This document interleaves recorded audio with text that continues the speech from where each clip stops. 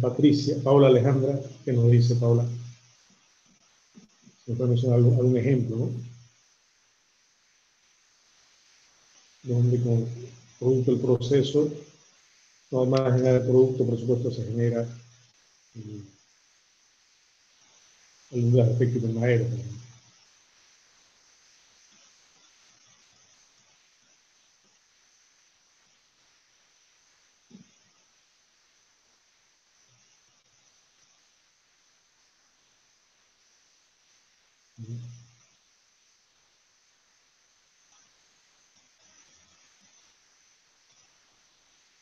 Y a ver, Eric está en línea.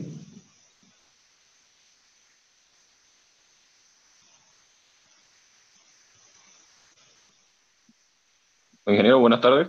¿Me escucha? Sí, ¿qué tal? Sí, ¿qué Sí, tal, Eric? ¿Cómo va? recién me conecté. Ay, Disculpe. qué bueno. Sí, la pregunta es la siguiente, ¿no? Estamos viendo las emisiones gaseosas, ¿no? Los contaminantes atmosféricos. Decíamos, bueno, los vehículos generan gases de efecto invernadero por los caños de escape, ¿no? Con el tema de gasolina diésel, lo que generan dióxido de carbono. Ahora, en algún ejemplo, en un proceso industrial donde también se genera el dióxido de carbono, ¿cuál podríamos mencionar? Los procesos de combustión podrían ser, bueno, cualquier proceso de expresión que genere combustión, ¿no? Me imagino. Claro, bueno, si bien digamos la combustión es un proceso más que todo como una instalación auxiliar, ¿no? Para tener energía para las máquinas, ¿no? Pero ya el mismo proceso, el mismo maquinado, el mismo proceso de transformación, digamos, ¿no? Mm, Cuando transformamos ya la materia prima, los materiales ahí, ¿no? ¿En qué sí, obtención podemos tener dióxido de carbono? O cualquier pucha, otro gas, no, ¿no? no se me viene, ingeniero, a la mente, va a disculpar. Bueno, estamos para eso, ¿no? Justamente, ¿sí? Las clases son para complementar justamente, ¿no? Alguna consulta, alguna duda, entonces. Bien, entonces, por ejemplo, un ejemplo, ya, por ahí se mencionó, creo, por ejemplo, la industria del azúcar, ¿no? El ingeniero azucarero, ¿sí? Y, por ejemplo, el jugo de la caña de azúcar es turbio, ¿no? Es oscuro, ¿sí? Un color medio pardo, medio café pardo, ¿no? Entonces, para que obtengamos, por ejemplo, el azúcar refinada, blanca en polvo, primero se clarifica el jugo. In- Y esta Ingeniero, clarificación, también podría ¿sí? ser la, la fabricación del cemento, que produce bastante. Sí, podría ser, ¿no? La fabricación de cemento, pero ¿será que como parte del proceso se produce dióxido de carbono o será que con el uso nomás de energía en los hornos, ¿no? Al calentar los hornos tenemos dióxido de carbono como energía? Sí, también, En por el supuesto, ¿no? proceso químico, en realidad es que producen alto dióxido de carbono. Sí, ya entonces puede ser un ejemplo interesante ese, ¿no? ¿Cómo será la reacción química más o menos, ¿no?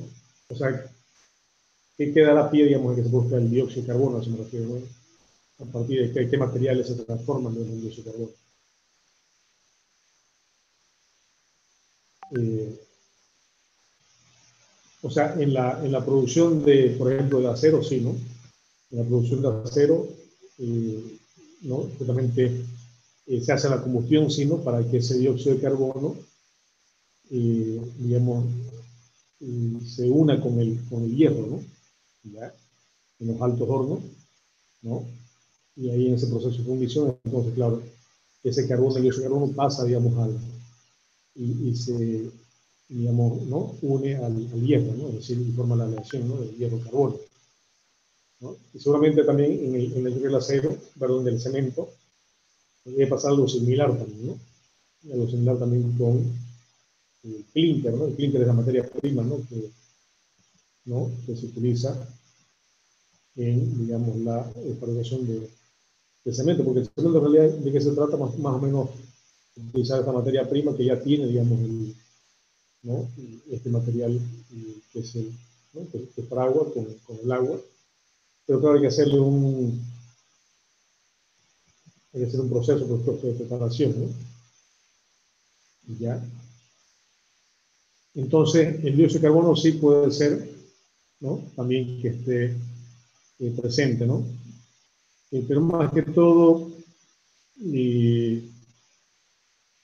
como, digamos, uso de la energía también parece, ¿no? Pero tomo sería interesante ahora investigar, ¿no? En el mismo proceso, si es que hay transformación, ¿no? De algunos de los materiales.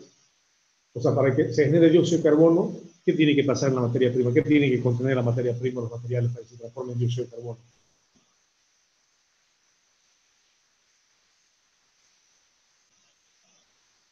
¿No? No puede que no sea la combustión, ¿no?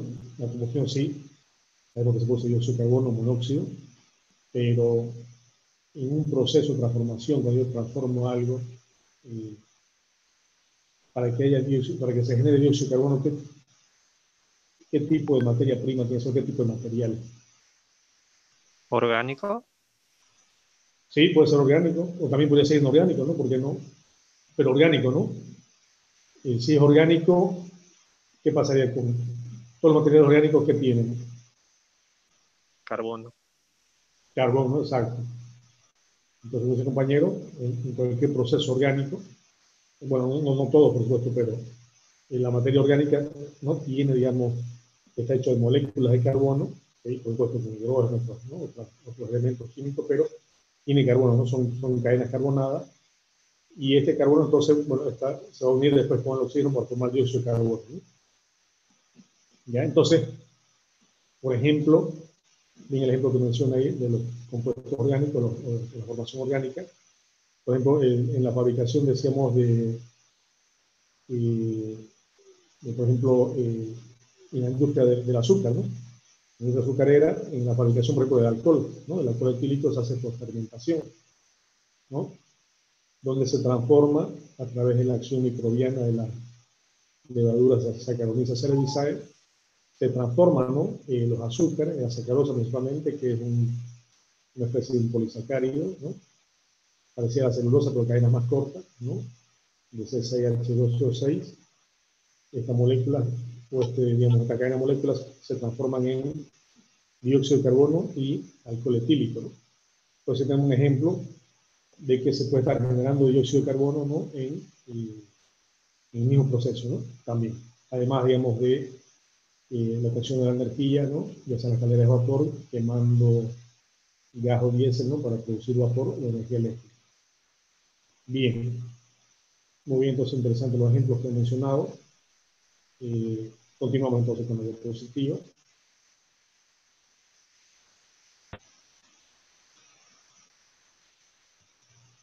Entonces, hay fuentes fijas, ¿no? Que no se mueven, como los procesos industriales, también las instalaciones fijas de combustión, como mencionábamos, el hecho de ¿no? obtener energía a partir de quemar entonces el gas natural, el diésel, la gasolina, ¿no?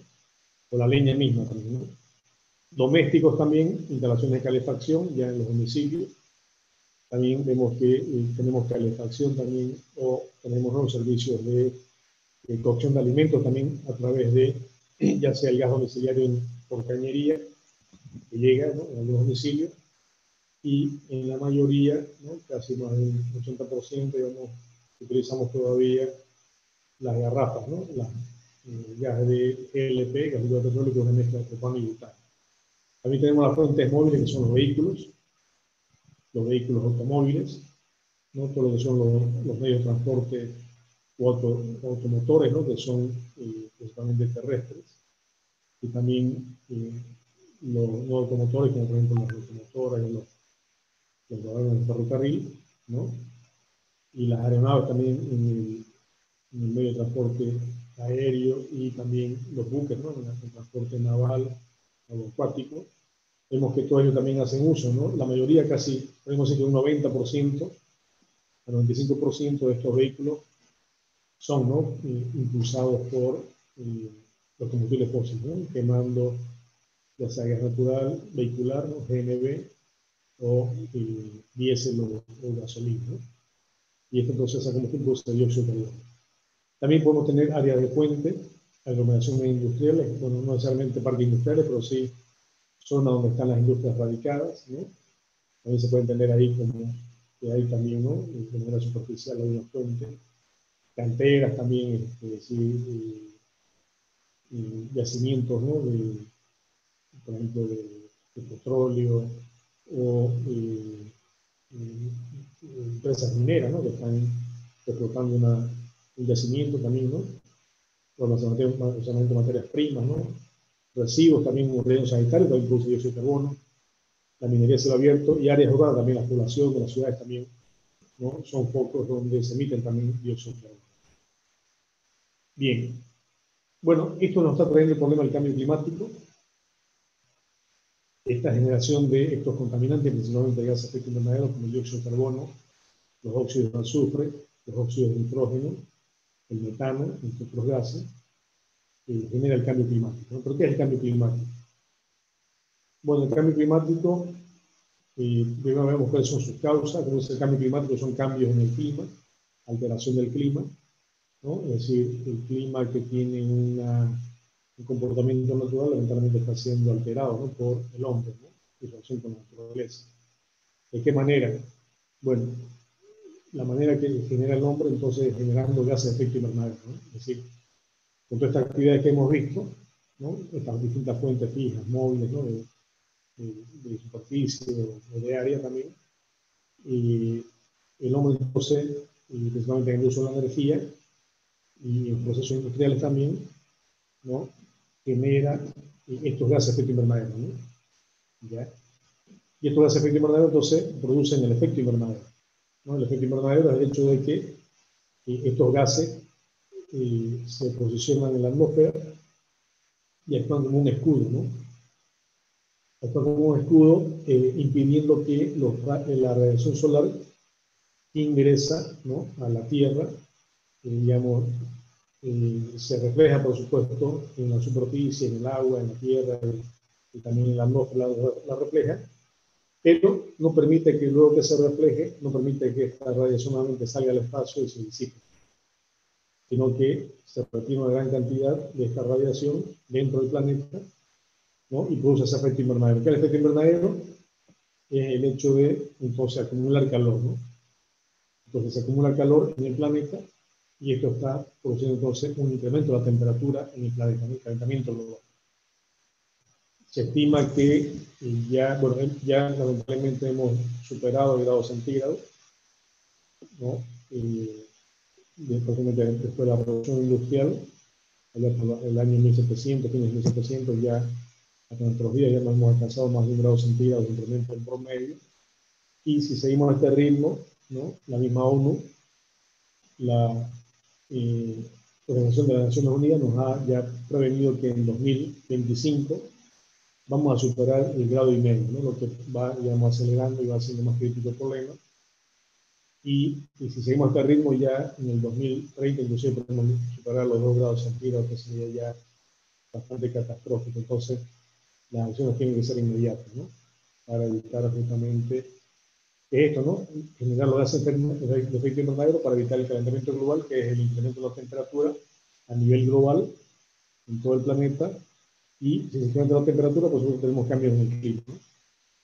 Y es lo que vemos, ¿no? Hay veces que no llueve, hay una sequía extrema, ¿no? En lugares donde llovía, y de pronto llueve de golpe en ese momento y se inunda todo, ¿no? Es decir, hay un desequilibrio en el clima también, ¿no? O hay, ¿no? De repente inviernos que son muy calurosos, o veranos que son más fríos, o inviernos extremadamente fríos, ¿no? O muy secos, ¿no? Entonces, vemos que hay digamos, una variación, ¿no? Bastante, digamos, marcada y extrema, ¿no? Con el clima. Entonces, esas son las causas del cambio climático, ¿no? A partir del hombre con la naturaleza, en el sentido de, al aprovechar los recursos, entonces generamos estos gases de efecto invernadero. De otra manera, entonces, el efecto invernadero, si bien, ¿no? El efecto invernadero es imprescindible para la Tierra, pero el efecto invernadero natural, ¿no? Estos gases de dióxido de carbono, metano, siempre han existido en la atmósfera, y más bien ha permitido que la atmósfera sea más cálida, ¿no? Que el planeta sea más cálido. ¿Por qué? Porque los volcanes, ¿no? Cuando emanan gases y partículas, los volcanes emanan también estos gases de efecto invernadero, principalmente óxido de azufre, ¿no? Dióxido de carbono también, ¿no? Y bueno, y ahí entonces vemos que ¿no? La temperatura un poco más caliente. Si no hubiesen por estos efecto invernadero, por ejemplo, nuestro planeta tendría que ser tal vez estar en los menos 5 grados centígrados, ¿no? Y por supuesto en esa temperatura la vida no se hubiese desarrollado tanto como en estas condiciones de una temperatura, ¿no? Digamos, aceptable de un promedio de repente de entre 15 y 25 grados centígrados por dentro del planeta, ¿no? Pero claro, nosotros con nuestra actividad antrópica estamos generando dióxido de carbono de más, ¿no? Y como hemos dicho que hace 100 años, en menos de 100 años, un poquito más, realmente hemos superado estas concentraciones naturales y por supuesto hemos alterado el clima de manera drástica, ¿no? De manera crítica.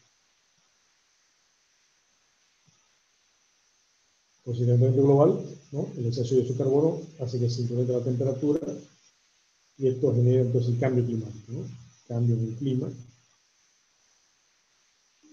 donde entonces se aprecia, ¿no? Prácticamente climas extremos, ¿no?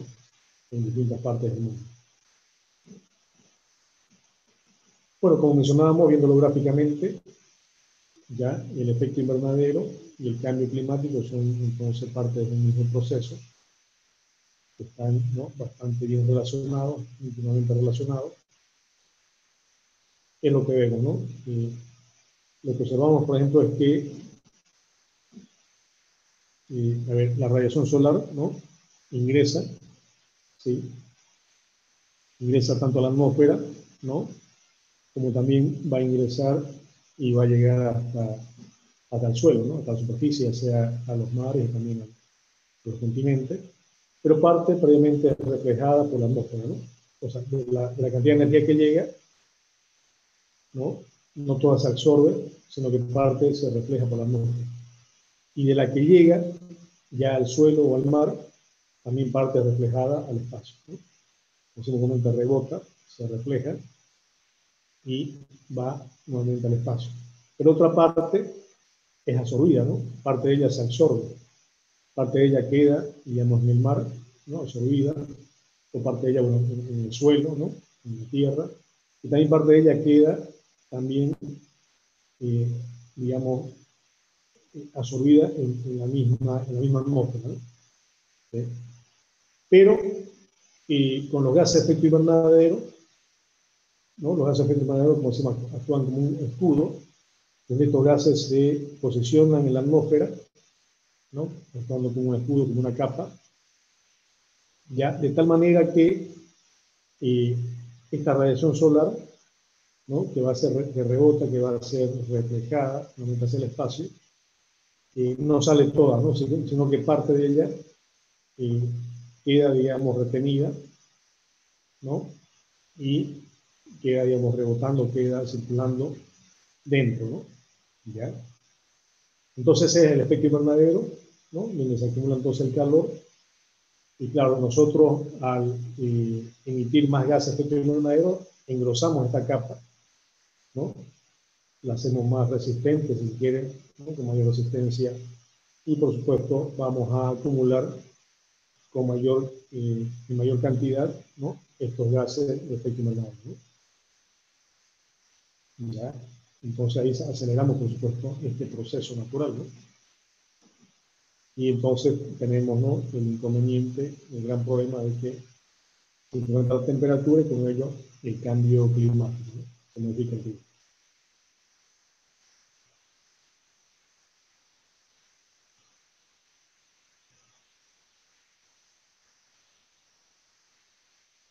Bien. ¿Cuáles son las consecuencias y previsiones de este problema ambiental, ¿no? Global, como es el cambio climático? Bueno, decíamos el aumento de las temperaturas, es una de las consecuencias directas, ¿no? Y esto entonces va a ocasionar ya como cambio climático, por ejemplo, el deshielo de los polos, ¿no? El deshielo de los cuerpos de hielo, principalmente el de los polos, donde se funde, ¿no? Se va a derretir, entonces hay una pérdida de la masa de hielo en el planeta. Eso se está viendo en los polos, también lo estamos viendo en nuestro país, digamos,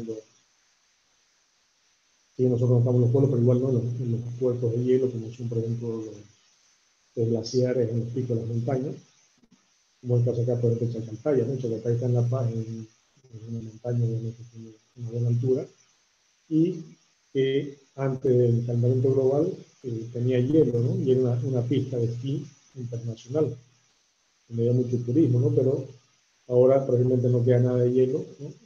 Quedado, como decimos, comenta, quedado pelado el cerro, digamos, ¿no? Solamente con, digamos, rocas, no hielo.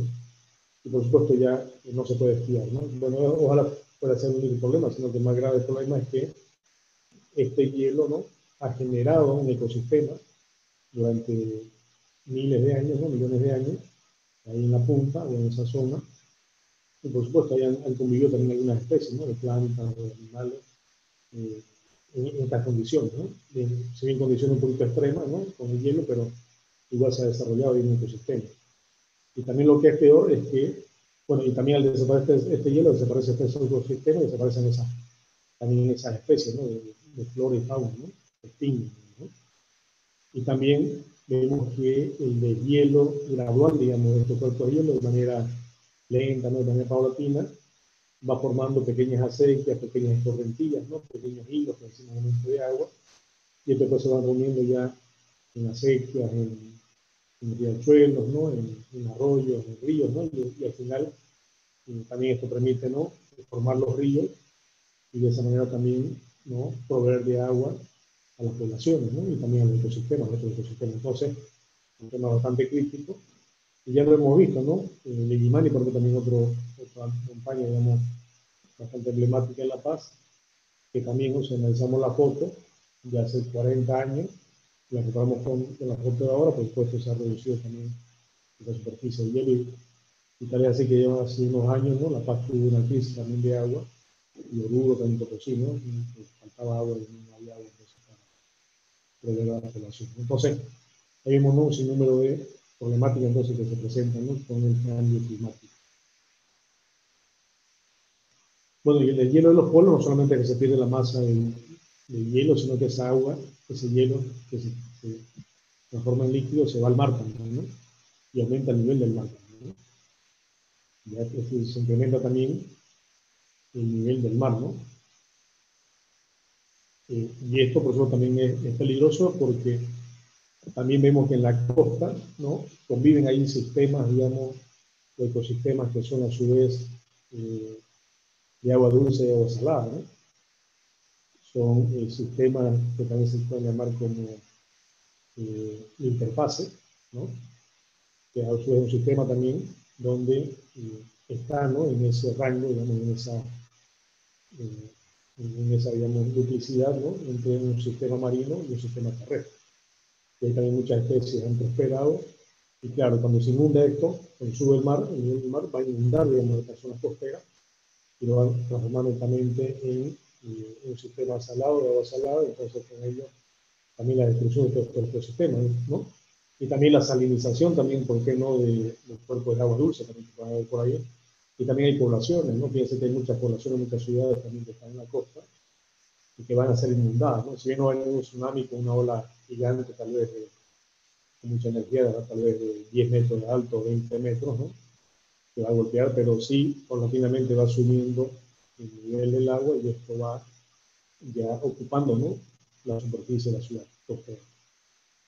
Ahorita el caso, porque muchas islas ya en el Pacífico están sufriendo este problema, y las pequeñas, ¿no?, están siendo inundadas, probablemente van a desaparecer.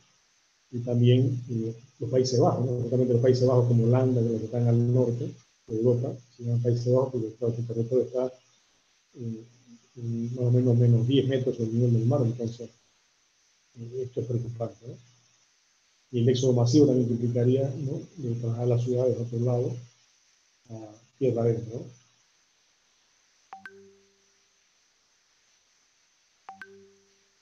Y entonces ahí tenemos, ¿no?, la pérdida también de, bueno, más de playas, ¿no?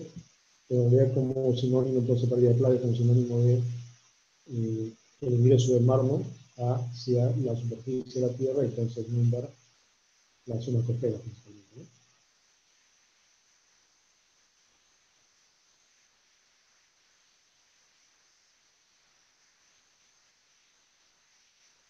Bueno, y con ello entonces perder, digamos, al ganar, ¿no?, al salinizarse, como decíamos, estos ecosistemas de interfase costeros, Y entonces también hay muchas plantas, muchos animales que han evolucionado, ¿no?, en función de estas condiciones. Y bueno, claro, de modificarse drásticamente, no drásticamente, sino prácticamente eliminarse esas condiciones y modificarse al 100%, entonces se pierde la flora en esa zona y pérdida de fauna también, ¿no?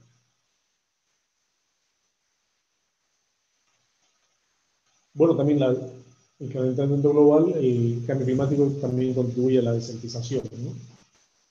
Es decir, este cambio climático en la zona donde llovía ya no llueve y por supuesto la humedad es uno de los requisitos fundamentales, ¿no?, para que el suelo sea fértil, y también entonces empieza a perder la capa orgánica del suelo, y con el viento esa capa orgánica empieza a dispersarse, se retira, digamos, de la superficie del suelo, y bueno, queda solamente el suelo, no solamente la parte inorgánica, y con eso tampoco hacemos que sea fértil el suelo, ¿no? El suelo necesita también de la parte inorgánica, que son los minerales, pero también ese sustrato orgánico, ¿no?, que le va a dar también humedad, le va a dar nutrientes también, ¿no?, para que las plantas y los animales sigan reproduciéndose.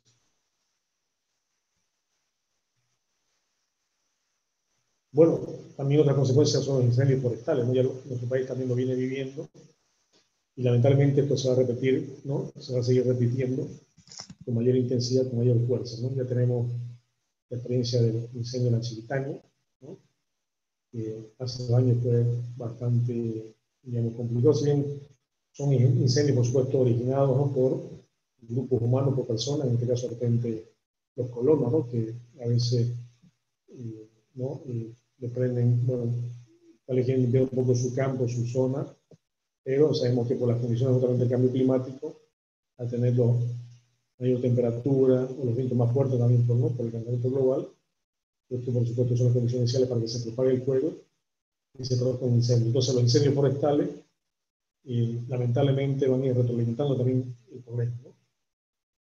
En nuestro país también es un gran problema, ¿no? No solamente en Santa Cruz, sino en otras partes del país, en Tarija, en Cochabamba, en todos lados, ¿no? Vemos en el Amazonas también, Brasil, ¿no?, que tenemos este problema, y también en muchas otras zonas, ¿no? En Europa también se queman mucho, hay muchos incendios forestales, en Estados Unidos también son en California, y eso justamente alimentado por el cambio climático, ¿no? Es decir, el cambio climático genera también las condiciones adecuadas, ideales para que esto se dé, ¿no?, estos incendios forestales se den. Por supuesto que eso no es excusa para que se den, ¿no? Pues claro, estos son originados por el hombre, ¿no? Entonces el hombre al encender una pequeña fogata o quemar un pastizal, digamos, local, después se descontrola y bueno, se desencadena en esto, ¿no?, por las condiciones climáticas, ¿no?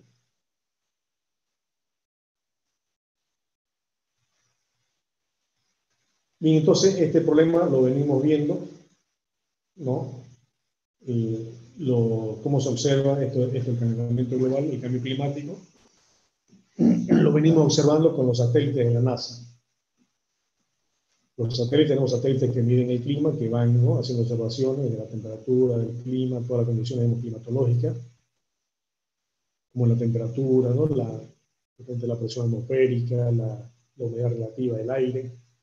Entonces, ahí ya se han recogido estos datos históricos, donde justamente vemos que desde casi los principios de la revolución industrial, ¿no?, a fines de 1700, principios de 1800, hasta nuestros días más o menos, podemos observar acá, ¿no?, como la temperatura promedio, ¿no?, en la superficie, dice cómo ha ido variando, ¿no? Si bien de manera tal vez, ¿no?, cíclica, sube, baja, ¿no?, pero a la larga la tendencia es a incrementarse, ¿no? Si nosotros hiciéramos una línea de tendencia acá, ¿no?, con algún tipo de regresión lineal o cualquier otro método, vamos a ver, ¿no?, que se presenta una línea de tendencia creciente, ¿no? ¿Sí? ¿Ya? Y más o menos entonces vemos que, como decíamos al principio de la revolución industrial, teníamos que era, ¿no?, de 13,5 grados centígrados el promedio global de la temperatura, y actualmente estamos en 14,5, ¿no? Y esto es muy peligroso. Está bien, 1 grado centígrado de repente en promedio, ¿no?, pero en una zona de repente se incrementa a 3 o 4 grados, en otra tal vez muy 1 grado, ¿no?, pero en promedio tenemos un incremento sustancial, ¿no?, la temperatura, y esto es lo que produce realmente cambios, ¿no? Drásticos, ¿no? Y que no van a afectar también seriamente. Otro indicador también para ver esto del cambio climático, el calentamiento global, es el nivel del mar también, ¿no? Fíjense cómo el nivel del mar, si usamos una línea, digamos, de tendencia lineal, también, ¿no? Es creciente, ¿sí? Es creciente y vemos que, ¿no? Más o menos en esto, de la evolución industrial hasta nuestros días, podemos observar, ¿no? Que se ha incrementado el nivel del mar más o menos en unos 200 milímetros, ¿no? Sí, que son 20 centímetros, ¿no? Pero si seguimos así, de repente se puede incrementar hasta 1 metro, ¿no? De altura que va a crecer el mar, ¿no? Y otro indicador es la cubierta de nieve, ¿no? Es decir, la superficie de nieve que cubre el hemisferio norte, el polo norte. Y aquí vemos también, ¿no? Que si bien hay momentos en que sube y baja, pero más es lo que baja que lo que sube, ¿no? ¿Sí? Y ahí también podemos, ¿no? Observar también una línea de tendencia lineal, una tendencia lineal también descendente, ¿no? En cuanto a la pérdida de masa de hielo, ¿no? Que se puede ver de manera superficial. Por acá podemos ver ya que hemos tenido una pérdida, ¿no? Inicialmente, antes de la revolución industrial, más o menos se ha perdido, eran 40 millones de kilómetros cuadrados, y actualmente se ha llegado a los 32 millones cuadrados, ¿no? De kilómetros cuadrados. ¿Cuánto hemos perdido en el polo norte?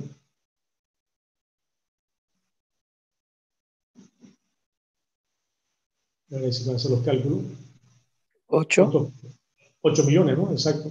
Sí, así es. 8 millones, ¿no? Porque teníamos 40 menos 32. Como te dice, son 8 millones, ¿no? Y Alexander. Que no es poca cosa, ¿no? ¿Cuántos kilómetros cuadrados tiene nuestro territorio, Bolivia? ¿Cuántos kilómetros cuadrados tiene en superficie? 1.098.581 kilómetros cuadrados. Exacto, ¿no? 1.098.000 más o menos, ¿no? Como usted dice.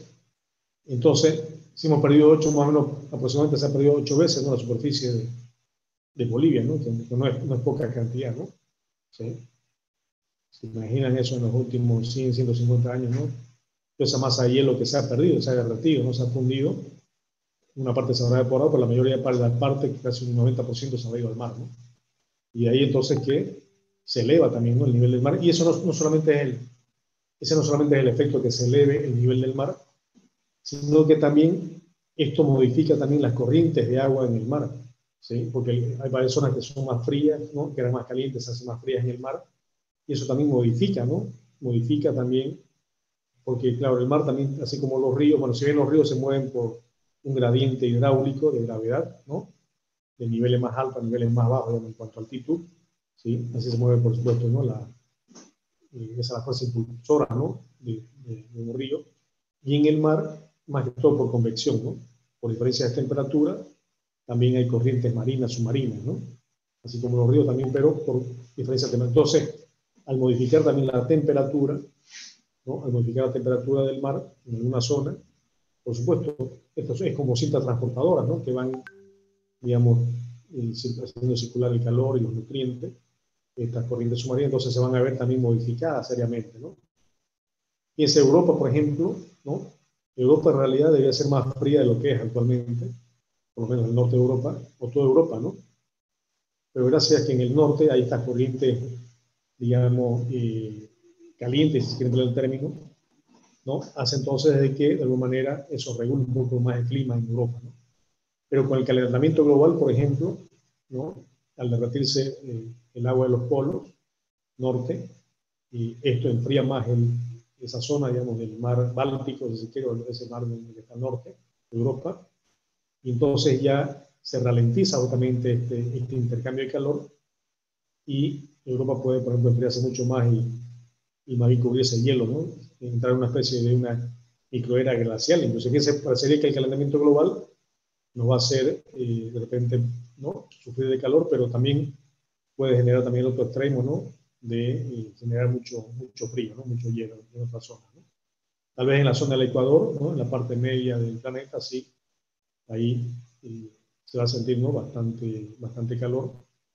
pero en esta zona también se puede ver un enfriamiento también bastante severo, ¿no? Muy bien, entonces ahí vemos, ¿no? Estas mediciones también que son estadísticas, que esto es lo que nos dice entonces que nos está hablando de que el calentamiento global, el cambio climático es un problema serio. Debemos resolverlo ya, ¿no? No tenemos tiempo, fíjense, hasta el 2025, en realidad tenemos el tiempo, ¿no? Y el último plazo sería el 2030, ¿no? ¿Por qué? ¿Por qué 2030? Porque si no evitamos estos gases de efecto invernadero de generarlo, por más que nosotros ya nos generemos en 2031, 2035, el planeta Tierra de por sí va a seguir reforzando de manera natural el calentamiento global, ¿no? O el cambio climático. Y eso, bueno, ya va a ser un proceso natural que ya nosotros no podemos interferir en él, porque claro, ¿no? Los procesos naturales no, así como la ley de la gravedad es algo natural, no, que no podemos nosotros, ¿no? Digamos, afectarla. Podemos utilizarla, por supuesto, a favor o en contra, pero no podemos modificar la ley de la gravedad, ¿no? Es una ley, ¿no? Ya entonces lo mismo también, las leyes naturales, la de la naturaleza también puede seguir reforzando esto de manera negativa y, por supuesto, hacer todavía más catastrófica la situación, ¿no? Digo catastrófica porque en realidad estamos ya sufriendo una catástrofe, ¿no? Una crisis ambiental, primero con la extinción de especies, ¿no? La cantidad de extinción y deforestación que se tiene, ¿no? Y de contaminación también ambiental. Bueno, aquí tenemos un mapa global, donde ya por áreas, ¿no? Por zona, acá podemos analizar, por ejemplo, este espectro de colores, ¿no? Este espectro paleta, como queramos llamarle, ¿no? Aquí podemos ver, ¿no? Que tenemos distintos colores, ¿no? En celeste son zonas que han disminuido la temperatura en menos 1 grado centígrado, ¿no? En verde, que se ha aumentado a 0,2 grados centígrados, en naranja que se ha aumentado hasta 1 grado, en color durazno, digamos, rosado 2 grados, y en rojo hasta 3,5 grados, ¿no? Entonces ahí podemos observar, ¿no? Algunas zonas que tienen estas diferencias de incremento, porque en definitiva, si vemos en promedio, ya hemos pasado el grado centígrado, ¿no? A nivel global. Como les comentaba, Europa, ¿no? Fíjense al norte de Europa, ¿sí? En el mar, ¿no? Ha habido una disminución casi de 1 grado centígrado, ¿no? Lo que esto puede entonces por el derretimiento de los polos, ¿no? Es decir, este derretimiento de los hielos se está yendo al mar y esto está enfriando entonces el mar, ¿no? ¿Sí? Está enfriando el mar y entonces puede más bien esto retroalimentar más el problema del enfriamiento y después hacer que Europa se congele, por ejemplo. ¿Ya?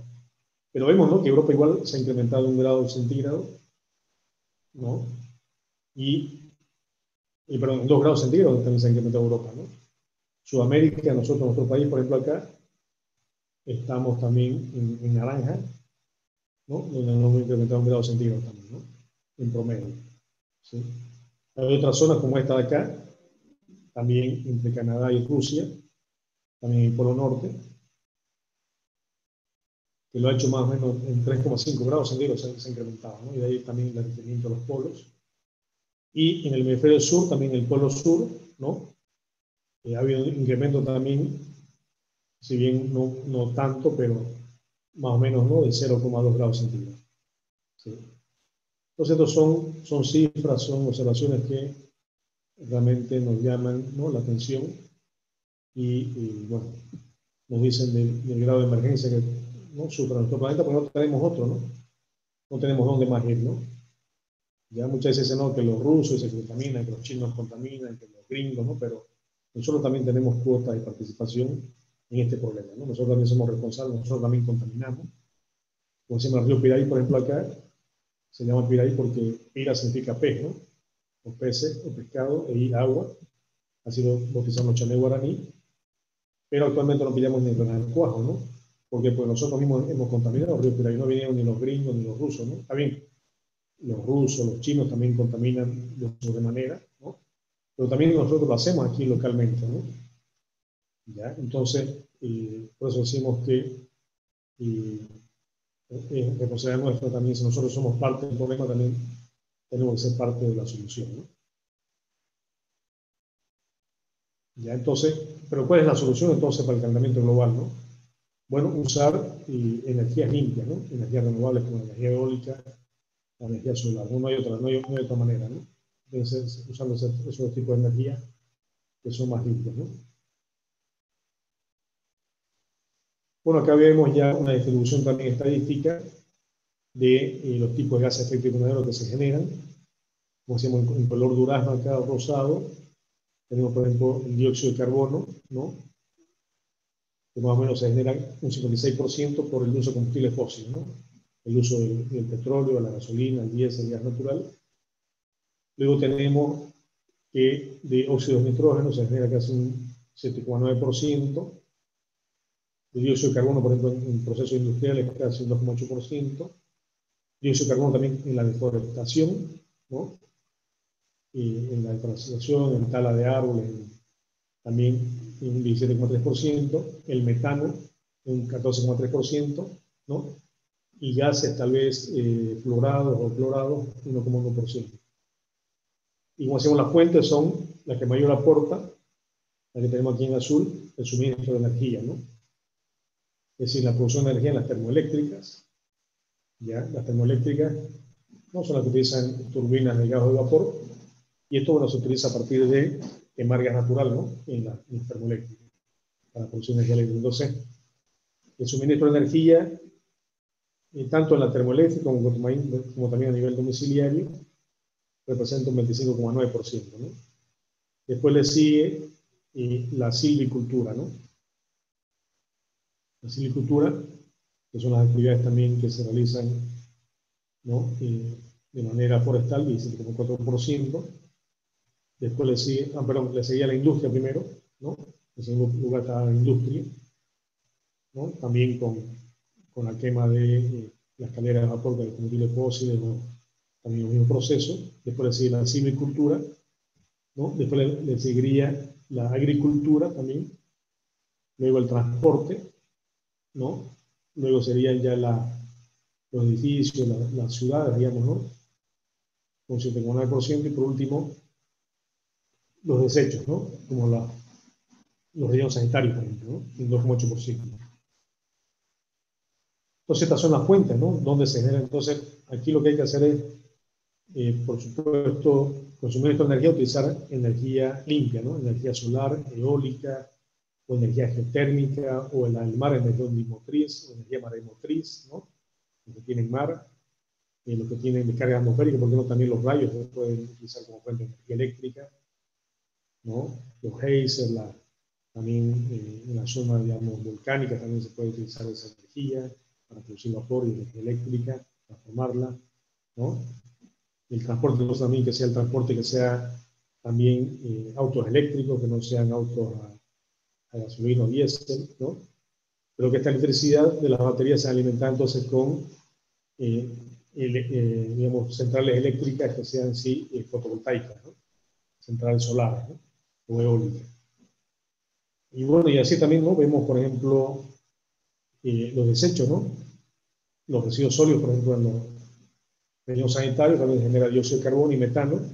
Entonces, bueno, no generemos, ¿no? O si no, hagamos un reciclaje al 100%, reciclemos todo, ¿no?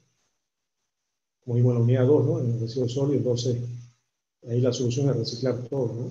O no generar, es decir, aplicar el ecodiseño para disminuir la cantidad de materiales, generar menos residuos y también estos residuos no reciclar. Entonces, hay soluciones para todo ello, es decir, no es que no estén las soluciones, sino que lamentablemente las acciones son las que fallan, ¿no? Es decir, ya esta estrategia, ponerlas ya en la práctica, ¿no?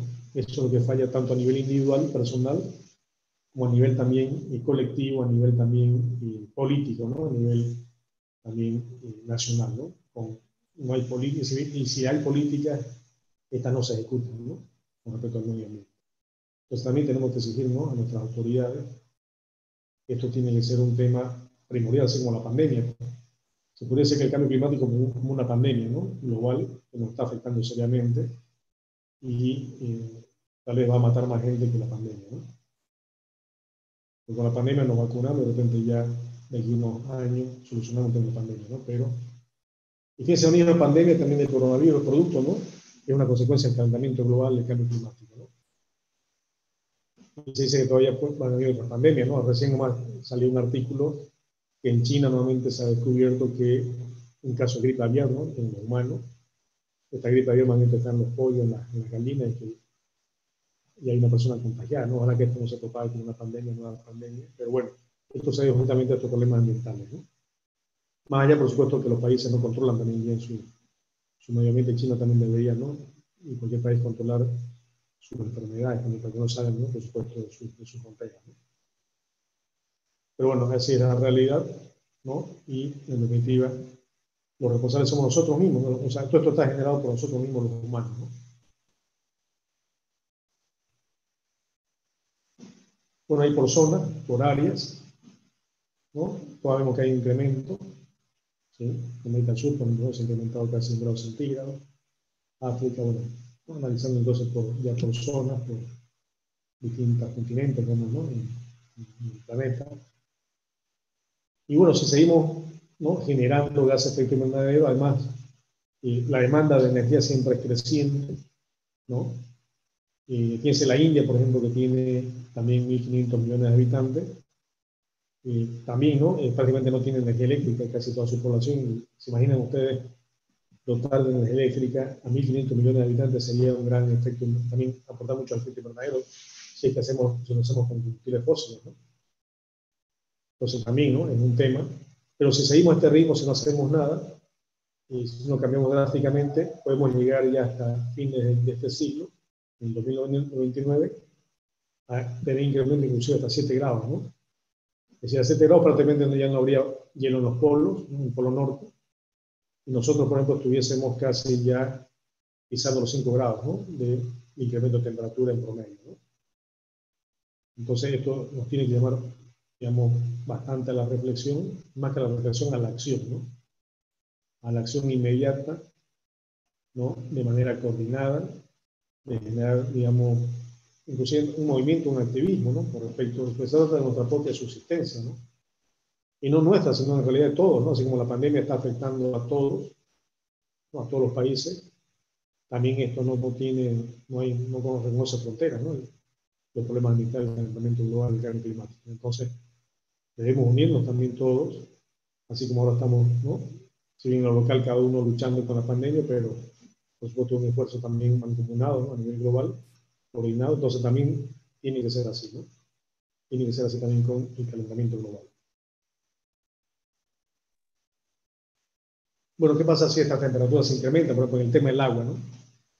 Si se sigue incrementando la temperatura global, va a haber más agua en los trópicos, ¿no? Porque eso más o menos cerca del Ecuador, en latitudes altas, y va a haber menos agua en latitudes medias, ¿no? Es decir, más sequía, y en latitudes semiáridas. Y esto también va a provocar, por supuesto, estrés hídrico, es decir, la ausencia de agua, claro, aquí se modifica el ciclo del agua. Entonces, como dicen por ahí muchos, ¿no? La próxima guerra va a ser por el agua, ¿no? Porque va a haber falta de agua en los continentes, ¿no? En los ecosistemas también, ¿no? Al modificarse la temperatura, también se extinguen las especies. Entonces, van a aparecer también, van a seguir las extinciones masivas, ¿no?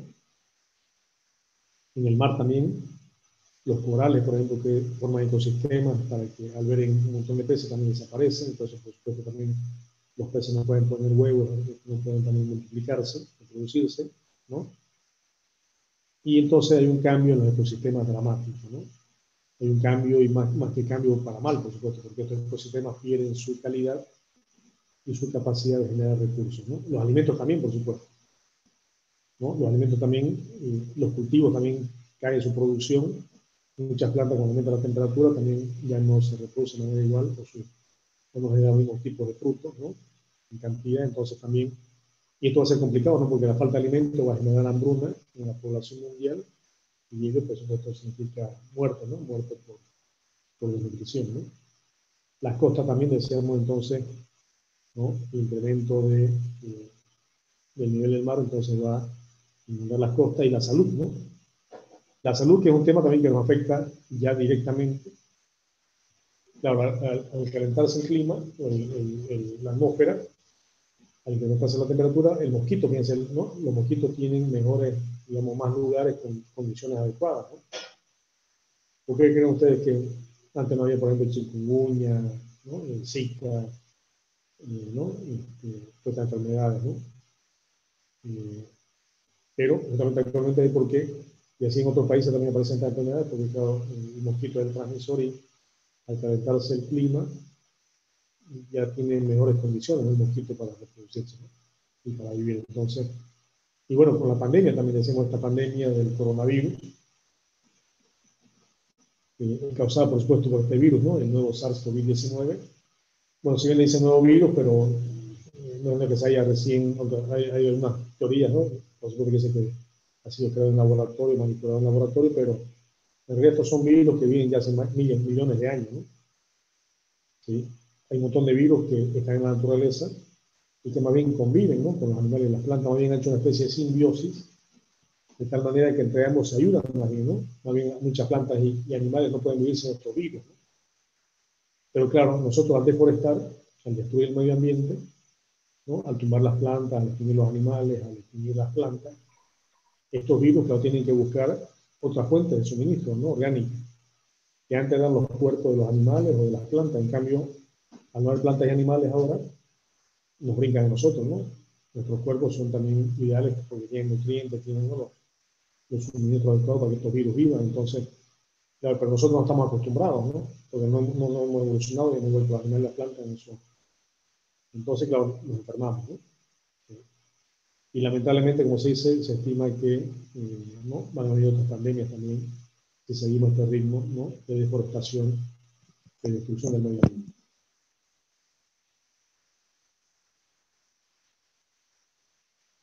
Bueno, ya estuvimos mencionando las medidas para evitar el cambio climático.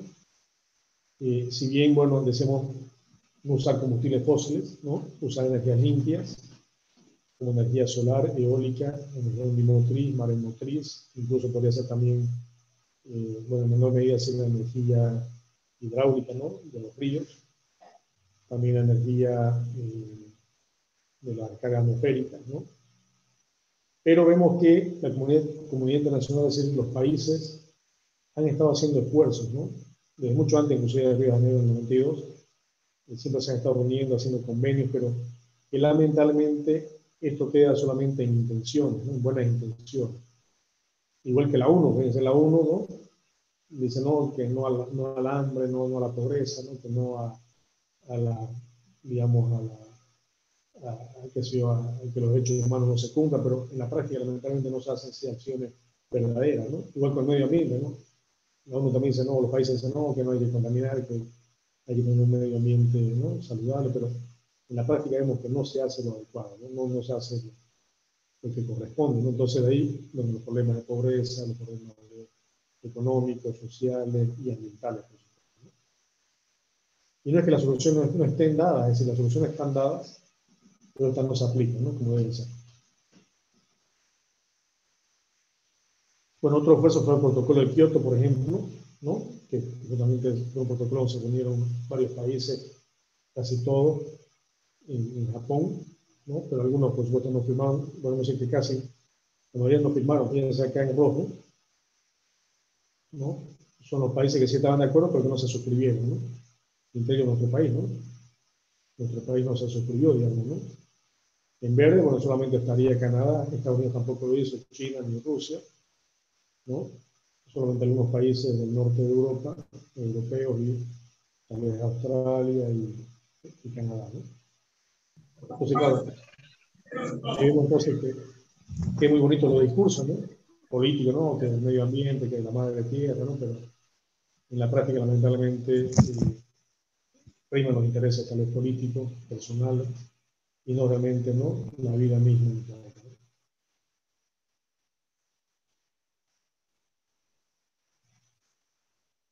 Bueno, inclusive uno de los últimos fue el Acuerdo de París, en el año 2015, porque hasta la fecha tampoco ha habido muchos cambios, ¿no? A favor de este problema, ¿no? Entonces, eso, bueno, cuando... La molestia, ¿sí? No pasa nada si me puedo retirar por favor de la clase. Ya puse presente. Ya, Irene, ¿no? Bueno, sí. Ya, vamos a tener entonces en cuenta en la asistencia. Hasta luego. Hasta luego. Bien, entonces ahí tenemos ese gran, entonces el problema de contaminación atmosférica, que es el cambio climático, ¿no? Sí. Ya, bueno, vamos a ver un video ahorita, ya, como está haciendo parte de la clase. Esta otra parte de la contaminación ya por energía, que es por ejemplo, la contaminación por el ruido, o por la radiación también del centro docente, la vamos a ver el día jueves. ¿Ya? Pero mientras tanto voy a poner un video interesante, también vayan tomando nota, apunte, sobre las soluciones, porque fíjense, aquí, si bien decimos el problema ambiental, pero también la solución, ¿no? Así como los residuos sólidos, ¿no? La solución es el ecodiseño y el reciclaje, y no los residuos sanitarios, ¿no? También acá vemos que la solución es, para el cambio climático, para el efecto invernadero, es usar combustibles, usar energías limpias, ¿no? Que es lo que vamos a ver ahora, ¿no? Que ya se están usando en algunos lados energías limpias, y también reforestar, ¿no? Reforestar, es decir, promocionar, ¿no? Promover que la biodiversidad nuevamente se multiplique, y ella también, la biodiversidad también hace su parte, ¿no? Hace su rol, por supuesto, en este problema, ¿no? También ellos absorben la planta, por ejemplo, absorben el dióxido de carbono y lo transforman en oxígeno, ¿no? En la fotosíntesis. ¿Ya? Y las plantas deben ser ricas, también necesitan los animales para que se reproduzcan las plantas. Entonces, eso es un ecosistema, ¿no? Son sistemas relacionados, son elementos que se necesitan unos a otros, ¿no? Y nosotros también los humanos los necesitamos, por supuesto, ¿no? Para nuestra supervivencia. Bueno, entonces voy a poner un video. Un poquito que nos muestra, a ver, el uso, ¿no? El uso de las energías renovables. Entonces, yo creo que como una de las opciones, una de las mejores soluciones, ¿no?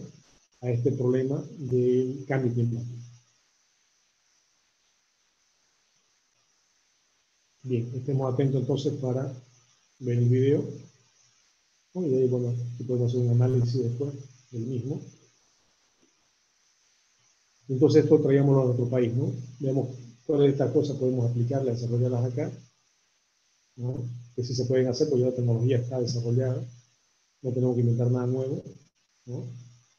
Entonces vemos cómo podemos hacer factible también nosotros de la ingeniería industrial, ¿no? Hacer estos proyectos, digamos, renovables, hacerlos factibles acá, desde el punto de vista comercial, ¿no? Ambiental, técnico y financiero, por supuesto, ¿no? Esa es nuestra función entonces como ingenieros industriales, ¿no? Ya sea de carácter público o privado, ¿no?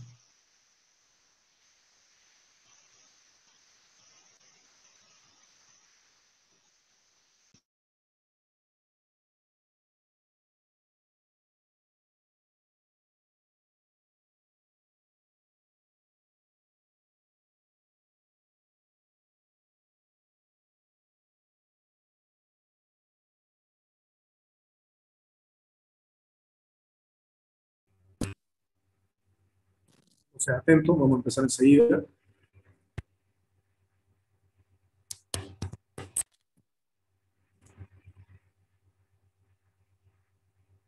Bueno, empezamos entonces en 1, 2, 3. Llega del espacio exterior con el viento, con las olas y surge del centro fundido de la Tierra, justo a tiempo para salvar a un planeta en crisis. Tierra, aire, fuego, agua e imaginación. Ha llegado el momento de los recursos ilimitados. A continuación, energía renovable en Maravillas Modernas.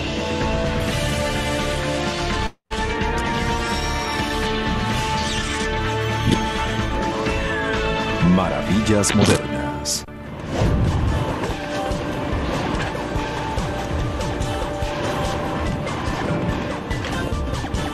La acción nunca se detiene en la sede de distribución regional de FedEx, ubicada en el Aeropuerto Internacional de Oakland, en California.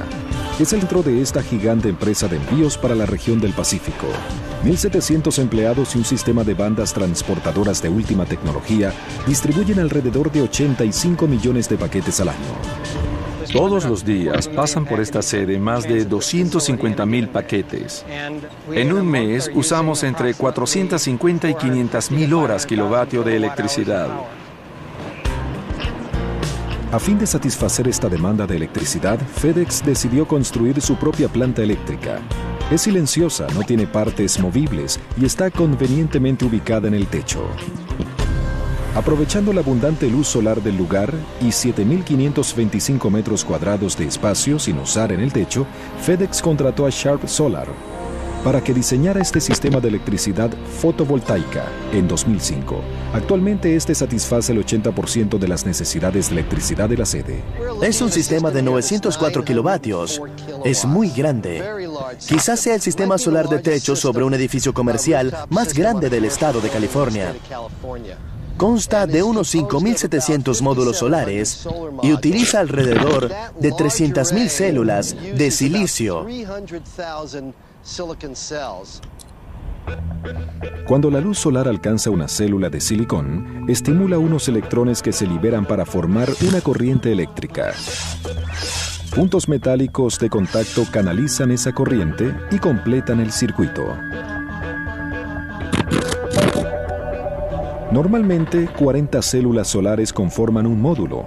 A su vez, varios módulos juntos conforman una formación. Se reúne la energía de estas formaciones y se pasa a través de un convertidor que transforma la corriente directa en corriente alterna. Y eso es todo. En una fracción de segundo, la luz solar queda convertida en electricidad, suficiente para impulsar toda la actividad que ocurre abajo. Puede hacer funcionar desde un bombillo sobre un escritorio hasta el sistema de distribución en su totalidad. Una de las grandes ventajas de la energía solar en aplicaciones comerciales es que, típicamente, el sistema produce la máxima cantidad de electricidad justo cuando los precios del servicio están más altos, es decir, a mediodía, la hora en que el sistema genera más electricidad de la que usa el edificio. Entonces, la electricidad regresa a la red y coloca el medidor en una frecuencia más baja. Además, el sistema no requiere prácticamente de mantenimiento. Eso nos complace mucho y es otra manera en que FedEx logra reducir su impacto ambiental sin dejar de proveer un servicio excelente. ¿Qué tipo de beneficio ambiental puede proveer un techo así? A lo largo de sus 25 años mínimos de vida útil, este compensará un total de 10,000 toneladas de dióxido de carbono. Esto equivale a sacar 2.100 autos de circulación. En una economía que soporta la carga de los costos de un petróleo y un gas natural cada vez más escasos, en un planeta que ya siente el impacto del cambio climático producido por los combustibles fósiles, la revolución tecnológica a impulsar es la de la energía renovable. Yo diría, bienvenidos al siglo XXI. Las cosas van a cambiar. La energía sustentable es algo que interesa a nuestros hijos y a la mayor parte del público en general. Y la energía renovable debe necesariamente ser parte de la solución. La luz solar, el viento, el agua, el calor geotérmico y la biomasa son, en esencia, recursos ilimitados. Y todas son tecnologías comprobadas que funcionan aquí y ahora. El Sol provee a la Tierra de una cantidad inconcebible de energía. En una hora, la Tierra recibe del Sol más energía de la que usa la raza humana entera en un año. Con la tecnología actual, paneles fotovoltaicos que cubrieran 26,000 kilómetros cuadrados o alrededor del 10% del área total de Nevada, podrían proveer toda la electricidad que se utiliza en los Estados Unidos. El fotovoltaje o la conversión de la luz solar en electricidad no se descubrió sino hasta el siglo XX. Sin embargo, la tecnología termosolar o el uso consciente del calor solar es una antigua práctica. Quizás su uso más antiguo esté en las casas orientadas hacia el sur. Ciertas culturas antiguas, como los indios Anasazi del suroeste de los Estados Unidos, diseñaban sus edificaciones con una orientación hacia el sur a fin de maximizar el calor que recibían del sol. Este se mantiene bajo en el horizonte sur en los meses de invierno. En verano, cuando el sol está en lo más alto, el acantilado que se elevaba detrás de las casas proveía una refrescante sombra. Este sigue siendo un diseño común en la actualidad.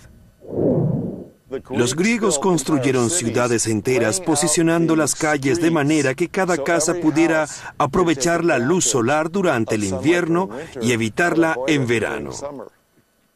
Los romanos fueron un poco más allá y descubrieron que el vidrio transparente capturaba el calor solar, así que cubrieron sus ventanas con vidrio para hacer lo que ellos llamaban hornos solares. 2 milenios más tarde, en el siglo XIX, nació el equivalente de esta tecnología, el calentador de agua solar de techo que atrapaba los rayos del sol en un recolector de vidrio y calentaba el agua rápidamente en el interior de tubos de agua aislados. Para comienzos del siglo XX, el 30% de los hogares en Pasadena, California, utilizaban calentadores de agua solares. El mismo concepto se utiliza actualmente para proveer agua caliente a millones de personas a un bajo costo, incluso en climas fríos y nublados. En casi todos los hogares, la electricidad proveniente del gas natural se utiliza principalmente para calentar agua. Usar el sol para hacer esto es mucho más económico. La energía térmica solar también puede producir electricidad a un bajo costo. Las plantas solares gigantes como esta ubicada en el desierto Mojave de California no utilizan paneles fotovoltaicos para convertir la luz en electricidad. En lugar de ello, estos espejos concentran los rayos solares sobre un fino tubo de absorción que corre sobre sus puntos focales. Dentro del tubo hallamos un aceite sintético que recibe el calor intenso. Llega a unos 1000 grados centígrados. Les recomiendo que nunca pongan la mano sobre el foco de uno de estos espejos, porque les abrirá inmediatamente un agujero en la piel. El aceite caliente hace hervir agua, creando un vapor que hace girar unas turbinas. Luego el aceite vuelve a circular a través del circuito cerrado. En áreas calientes y secas, las plantas solares generan una inmensa cantidad de megavatios, a un precio menor que el de la electricidad convencional. De hecho, una serie de plantas solares que ocuparan el mismo 10% del área de Nevada también podrían satisfacer la demanda entera de electricidad en los Estados Unidos. Mientras tanto, la tecnología fotovoltaica entra en su segundo siglo de existencia. Ha avanzado mucho desde 1940, cuando Albert Einstein probó que la luz estaba compuesta de minúsculos paquetes de energía llamados fotones, que podían ser transformados en electricidad. Las células fotovoltaicas alcanzaron su primer gran logro en los años 50 gracias a la carrera espacial. Los primeros 2 Sputnik que fueron al espacio usaban transistores que costaban varios millones de dólares, pero que morían luego de una semana y media porque funcionaban con pilas de linterna. Ya se ha creado el primer satélite artificial del planeta Tierra. En cambio, los satélites del programa espacial estadounidense que usaban energía solar fueron un éxito inmediato. Hoy en día, los paneles fotovoltaicos siguen siendo la fuente de energía de la mayoría de los satélites y sondas espaciales del sistema solar. En este sentido, el estilo de vida del siglo XXI, con el posicionamiento y la comunicación global, depende completamente de la energía solar. La Guardia Costera de Estados Unidos fue una de las primeras usuarias del fotovoltaje en tierra, la energía eléctrica que usan sus boyas a control remoto, así como sus estaciones climáticas utilizan paneles solares conectados a pilas. En la década de los 70 y 80, los paneles solares hicieron un trabajo heroico durante una de las peores sequías que hayan afectado a África. Se utilizó energía solar para bombear agua desde 12 metros de profundidad, salvando así muchas vidas. De hecho, uno de los usos más valiosos del fotovoltaje hoy en día es el suministro de agua potable en el tercer mundo. Para aquellos que ya están conectados a la red de electricidad, el fotovoltaje se está haciendo cada vez más viable. En Estados Unidos, una casa de 2 habitaciones en los suburbios recibe suficiente energía en el techo como para satisfacer 1 o 2 veces su demanda de electricidad. Para que el sistema solar funcione no hace falta tanto sol. El programa de energía solar más exitoso del mundo se encuentra en Alemania, donde hay menos luz solar que en Seattle. Por ahora, los paneles fotovoltaicos siguen siendo costosos. El costo de la electricidad solar es de 2 a 5 veces mayor que el de la electricidad tradicional. Sin embargo, los dueños de casa conectados a la red de energía solar pueden vender electricidad a la compañía de su área en horas pico a un precio elevado. Los sistemas sí se pagan solos. Es posible recuperar la inversión en 4 o 5 años, pero generalmente para sistemas residenciales se recupera en 10 a 12 años. Esto sin tomar en cuenta otros beneficios como la protección contra la inflación del servicio y el aumento del valor de la propiedad. Hasta ahora, el costo esencial de las células solares ha sido el silicio ultra puro que se requiere para la reacción fotovoltaica. Pero más de una compañía busca cambiar esto. La industria del fotovoltaje se basa principalmente en baldosas de silicio con las que se fabrican células solares altamente eficientes, pero esas baldosas son muy costosas. Nanosolar utiliza finas láminas de un material fotoactivo en lugar de esas costosas baldosas. En lugar de usar silicio, la compañía Nanosolar de Palo Alto utiliza una combinación de elementos semiconductivos. Tenemos cobre, indio, galio, azufre y selenio. Como es muy largo decirlos todos, los abreviamos diciendo CIGS. CIGSS. Es un material hermoso que absorbe la luz solar con mucha facilidad, por lo que podemos usar capas muy finas. Tan finas que el material de absorción se fabrica a muy pequeña escala. Luego se imprime, literalmente, sobre un substrato de papel de aluminio como tinta fotovoltaica. En esta máquina experimental, el papel de aluminio se desplaza muy lentamente, pero se pueden construir máquinas similares capaces de operar a cientos de metros por minuto. Dado esto, estas máquinas relativamente económicas pueden utilizarse para fabricar una enorme cantidad de células fotovoltaicas. Los paneles solares de esta clase, así como los de silicio, pueden formar parte de la superficie misma de cualquier edificación en techos, vidrios de ventana e incluso, próximamente, en pinturas. El fotovoltaje integrado en las construcciones reducirá aún más el costo de la electricidad solar. Se debe a que no habría que comprar paneles ni infraestructura, se compraría todo de una sola vez. En mi laboratorio se han examinado prospectos según los cuales se obtendría del sol entre el 20 y el 25% de la demanda energética, fabricando un material que se pudiera poner en todas partes. El calor del sol también hace surgir una fuerza invisible y poderosa conocida como viento. En cuanto a las tecnologías energéticas del futuro, el viento será una fuerza a ser tomada muy en cuenta.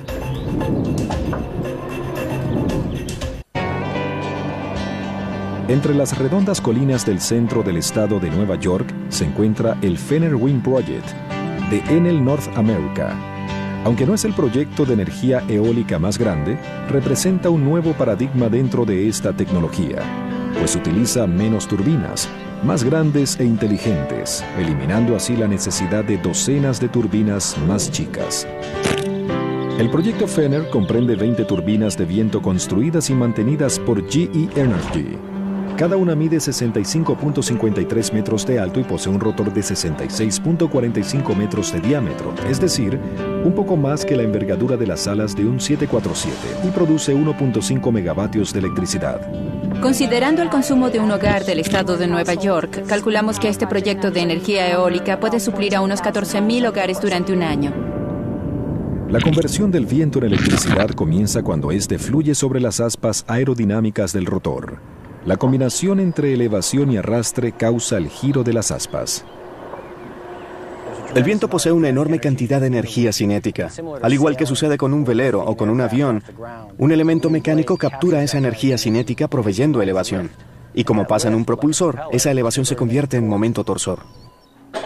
Ese inmenso momento torsor se pone en acción dentro de la planta eléctrica de la turbina, ubicada a 61 metros del suelo.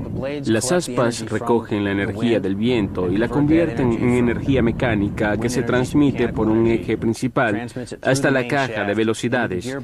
Allí se pasa de una revolución a unas 70 revoluciones y esa nueva energía sale por un segundo eje y entra en este generador, que es el que produce la electricidad. El generador opera a 850 hasta 1400 revoluciones por minuto. Desde el generador, la corriente eléctrica baja hasta unas líneas de transmisión ubicadas bajo tierra y luego hasta la red de electricidad. El principal reto para la energía eólica es el hecho de que el viento no sopla todo el tiempo, en todas partes. La solución ha sido diversificar las ubicaciones de las turbinas y orientarlas en dirección del viento. Controles computarizados pueden girar la turbina entera hasta 360 grados a fin de atrapar el viento prevaleciente. Dichos controles también pueden redirigir las aspas separadamente para colocarlas en una posición óptima según el viento. Podemos mover cada aspa por separado. Todas ellas se colocan justo en la posición que indicamos y la mantienen. Cada turbina se alinea sola con el viento sin necesidad de la intervención humana.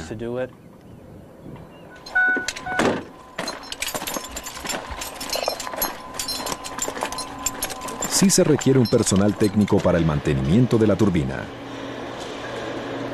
De vez en cuando cambian algún bombillo. Quienes teman a las alturas no apliquen para este trabajo. Tal vez tengo la mejor vista desde mi oficina en todo el condado de Madison. Solo miren desde aquí arriba, es absolutamente precioso. Es frecuente llamar a un grupo de turbinas de viento siembra eólica. En el caso del proyecto Fenner, Nueva York, el terreno es realmente agrícola. Los dueños de esta tierra son agricultores locales como Donna Griffin. Para ellos, apoyar a la ecología ha resultado una buena manera de ganar dinero. Tenemos un contrato con ellos. Nos pagan por la producción de cada turbina. Es otra siembra que cosechamos, pero es mucho más fácil que nuestros otros cultivos. El viento es gratis. Mientras la turbina siga girando, sabemos que van a pagarnos. Desde Nueva York hasta Dakota del Norte, las tierras de cultivo y los campos baldíos estadounidenses se están convirtiendo en plantas eléctricas impulsadas por el viento. Los recursos eólicos de Estados Unidos están entre los mejores del mundo. Para que se hagan una idea, los estados de Dakota del Norte y Dakota del Sur por sí solos tienen en teoría suficiente viento como para abastecer a todo el país. El reto sería organizar la transmisión y la distribución, pero en el centro del país los recursos eólicos son inmensos. También lo son a lo largo de ambas costas. La agricultura y la energía eólica tienen una larga historia juntas. De hecho, los mayores avances en tecnología eólica se han hecho en granjas. Los famosos molinos de viento holandeses que aparecieron en 1390 vieron muchas innovaciones a lo largo de los siglos. Entre estas, los pequeños planos sobre sus ligeras aspas de madera, que mejoraron notablemente el arte de la elevación aerodinámica. Estos generadores preindustriales se utilizaron principalmente para el drenaje o para moler el grano a fin de producir harina.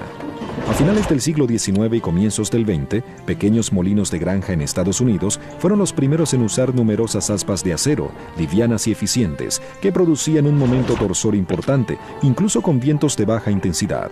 Algunas de estas máquinas fueron también las primeras en convertir el viento en electricidad. En el siglo pasado se instalaron muchos molinos en el oeste de California para impulsar bombas de agua para la agricultura y la ganadería, de manera que mucho en este país comenzó usando energía alternativa. En ese entonces era lo normal, pero los molinos fueron desapareciendo a medida que fue bajando el precio del petróleo y de los combustibles fósiles. La nueva era de la tecnología eólica comenzó a principios de los 80 cuando la compañía Sun Systems comenzó a instalar turbinas de 50 kilovatios, algo minúsculo para los estándares actuales en las colinas de Tehachapi, California. En la década de los 80 pasamos de 50 a 60 a 200 kilovatios para el final de la década. Durante los 90 alcanzamos los 550 kilovatios y luego pasamos a 750. Luego, para el final de esa década, estábamos a 1.5 acelerar y generar energía adicional si llegaba una violenta ráfaga de viento. Avances como estos, aunados a controles computarizados más inteligentes y a diseños de rotores más livianos, económicos y aerodinámicos, han hecho que el costo de la energía eólica pueda competir con el gas natural o incluso con el carbón. La energía eólica está experimentando un crecimiento exponencial. Dentro de poco, varios países europeos pasarán a obtener el 20% o más de su electricidad por este medio. En junio de 2006, el Departamento de Energía de Estados Unidos anunció que también apuntaría a una meta del 20%. Actualmente la cifra es menor al 1%. Los ingenieros seguirán haciendo más resistentes y económicas a las turbinas, así que podemos esperar que su tamaño también siga aumentando. Como siempre, mientras más grande sea el rotor, mayor será la cantidad de energía capturada. Algunas de las turbinas más grandes ya están recogiendo las enormes cosechas de viento de los océanos. Existen ideas de hacer turbinas más grandes, de más de 5 o 6 megavatios, así como de colocarlas mar adentro. Vemos muchas oportunidades técnicas que nos impulsan a llevar la tecnología eólica aún más allá de lo que hemos alcanzado hasta ahora. Estamos progresando, somos el futuro. Estamos reduciendo nuestra dependencia del petróleo y al mismo tiempo estamos salvando el medio ambiente. Es una energía positiva. Es una tecnología viable. Es económica. Ha sido probada. ¿Qué más necesitaríamos saber? La tecnología eólica es sin duda atrayente, pero esta también lo es. La energía geotérmica, suficiente como para suplir a una pequeña nación.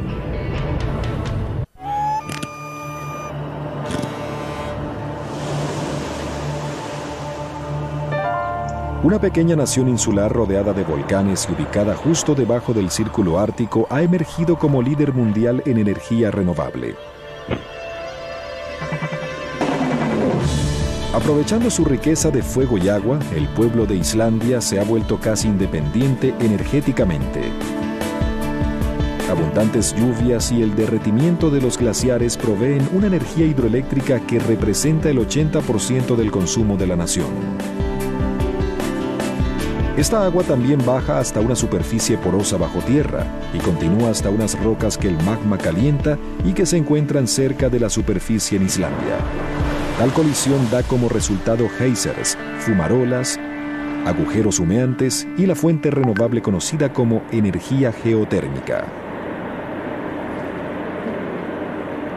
La gente de Islandia lleva siglos usando el agua caliente geotérmica para lavar la ropa y bañarse. Pero no fue sino hasta mediados del siglo XX que sus ingenieros comenzaron a explotar el recurso a una escala lo suficientemente grande como para reemplazar los costosos combustibles fósiles importados. Para nosotros es un recurso nativo, indígena. Es mucho más económico que los demás recursos que tenemos y además no daña el medio ambiente, así que creo que tiene muchos beneficios. En Islandia, el agua geotérmica provee calefacción y agua caliente al 93% de los hogares. El vapor geotérmico genera el 17% de la electricidad. En total, la energía geotérmica cubre más del 50% de la demanda total del país. La planta eléctrica Nesjavellir es un complejo de doble uso. Utiliza la energía geotérmica para proveer electricidad y agua caliente. Ambos productos surgen inicialmente de uno de los 15 agujeros de hasta 1.800 metros de profundidad que se han abierto aquí. El pozo del agujero tiene paredes de cemento hasta una profundidad de unos 610 metros.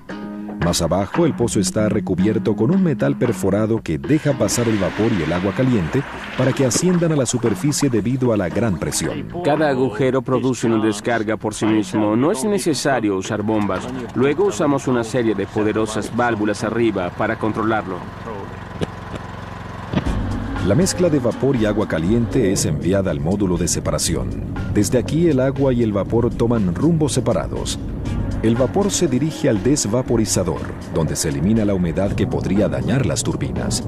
El vapor de agua en exceso se expele al ambiente junto con cantidades mínimas de gases de efecto invernadero. En el transcurso de un año, esta planta emitirá 12.000 toneladas de tales gases, es decir, la misma cantidad que una planta que utilice carbón emite en 5 días. Una planta geotérmica de electricidad funciona exactamente como cuando se utiliza carbón para hacer girar una turbina, pero en este caso se utiliza un vapor natural. Y lo que sirve para producir electricidad es la presión del vapor, no el calor como tal. El vapor hace girar una de 4 turbinas a 3.000 revoluciones por minuto. Las turbinas se combinan para generar 120 megavatios de electricidad, la cual se envía a Reykjavik.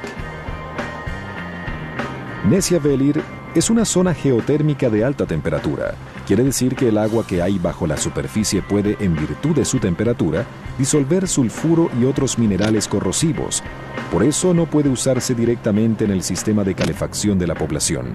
Así la planta emplea agua geotérmica para calentar agua fresca secada de un pozo natural cercano. En la primera etapa del calentamiento, el vapor en exceso de las turbinas que producen electricidad se usa para llevar el agua fría a 51.6 grados centígrados. 125 grados Fahrenheit no es suficiente para nosotros, así que debemos calentar el agua un poco más, hasta 86 grados centígrados. Eso equivale a unos 187 grados Fahrenheit. Esto lo hacemos en un intercambiador de calor. Dentro del intercambiador de calor, el agua salada geotérmica lleva rápidamente al agua fresca hasta su temperatura deseada de 86 grados centígrados. Seguidamente, el agua fresca ya caliente se bombea a la tubería colina arriba. Desde ahí el agua fluye por la tubería hasta Reykjavik por gravedad. El calor que se pierde en el camino es menos de 2 grados centígrados. Se pierde en 1,8 grados. Así que podríamos decir que el aislamiento de la tubería es casi perfecto. Luego de proveer agua caliente y calefacción, esta fuente de energía geotérmica aún tiene calor suficiente para derretir la nieve de las aceras en invierno, pasando por debajo del pavimento. Además, permite a cientos de viveros cultivar frutas frescas y vegetales. Incluso el agua geotérmica salada encuentra otros usos. El agua que fluye de la planta geotérmica islandesa, única en el mundo de las plantas de energía, provee un agua tibia y rica en minerales a la Laguna Azul, un spa sumamente popular. El gobierno de Islandia se ha puesto una ambiciosa meta a largo plazo: convertir todos los autos de la nación e incluso su flota de pesca para que funcionen con hidrógeno ecológico producido con energía geotérmica e hidráulica. Si ese día llega, Islandia habrá cubierto todas sus necesidades energéticas usando recursos renovables. Islandia no es el único lugar de la Tierra rico en recursos geotérmicos. En general, donde quiera que haya actividad volcánica, habrá energía geotérmica. Un estudio estima que 865 millones de personas que viven en regiones volcánicas, desde Japón hasta Idaho, podrían obtener su electricidad por medio de este recurso. Eso representa el 17% de la población global. Pero existe otra forma de energía geotérmica, menos exótica, que cualquier dueño de casa puede aprovechar. Se conoce como energía geotérmica de suelo. En casi todo el mundo, a unos 2.50 metros bajo la superficie, se encuentra aire a una temperatura estable de entre 10 y 24 grados centígrados. A fin de capturar ese aire, se abre una trinchera debajo de la construcción y se coloca una tubería. Un líquido anticongelante que se hace circular por medio de una pequeña bomba eléctrica pasa a través de los tubos. En verano, el líquido saca el calor de la casa, dejando entrar el aire más fresco. En invierno, el aire más caliente del suelo calienta el líquido y este entra en la casa, más fría. Se trata, en efecto, de un intercambiador de calor subterráneo. En la medida en que sigan aumentando los precios del aceite de calefacción y del gas natural, más personas comenzarán a recurrir a este sistema. Y al igual que todos los demás recursos renovables, la energía geotérmica estará ahí esperando. La tecnología renovable tiene sin duda lo que hace falta para proveer electricidad y calefacción. Pero, ¿qué tiene que decir sobre el futuro del automóvil? Desde siembras de etanol hasta autos eléctricos, es un acalorado debate.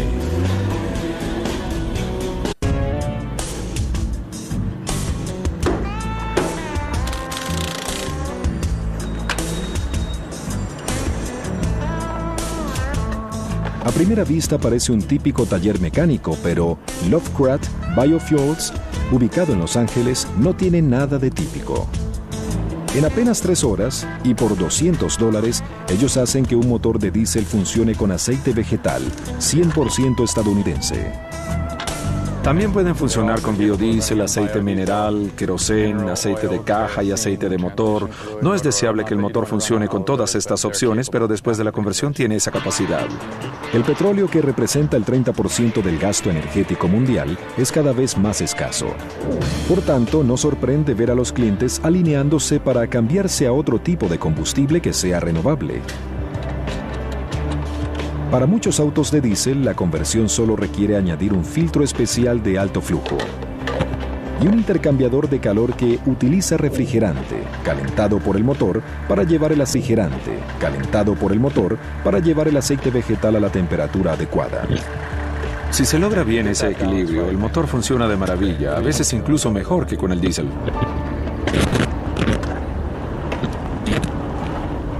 El mejor combustible es el aceite vegetal usado, ya que el proceso de fritura elimina el agua que pueda haber dentro del aceite.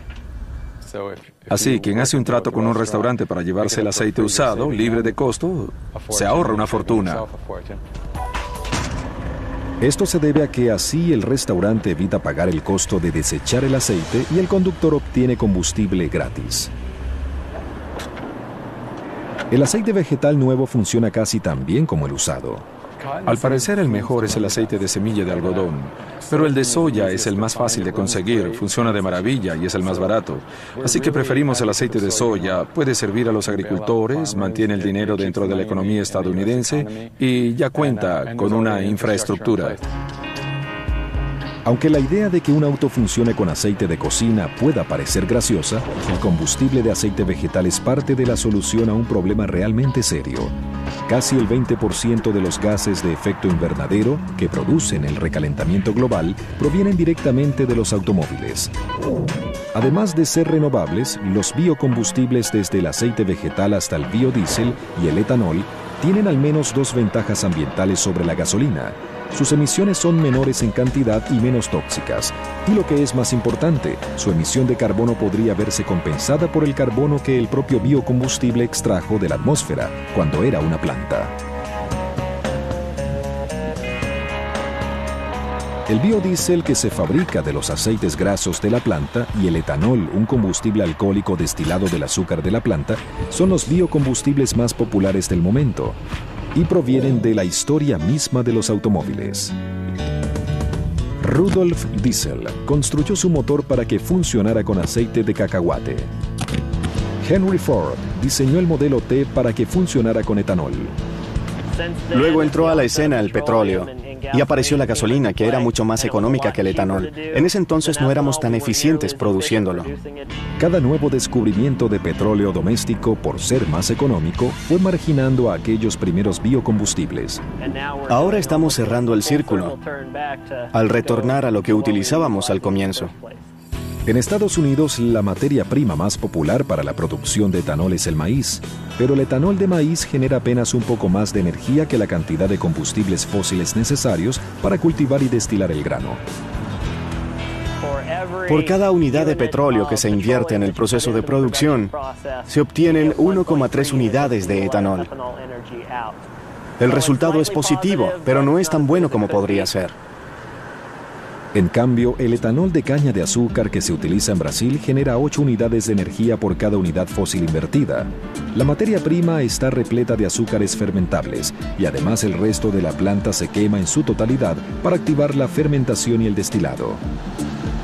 El resultado es una importante reducción de las emisiones de carbono y un etanol sumamente económico para los conductores brasileros. En el Laboratorio de Energía Renovable de Golden, Colorado, los investigadores buscan alcanzar niveles similares de eficiencia extrayendo azúcares de toda la planta.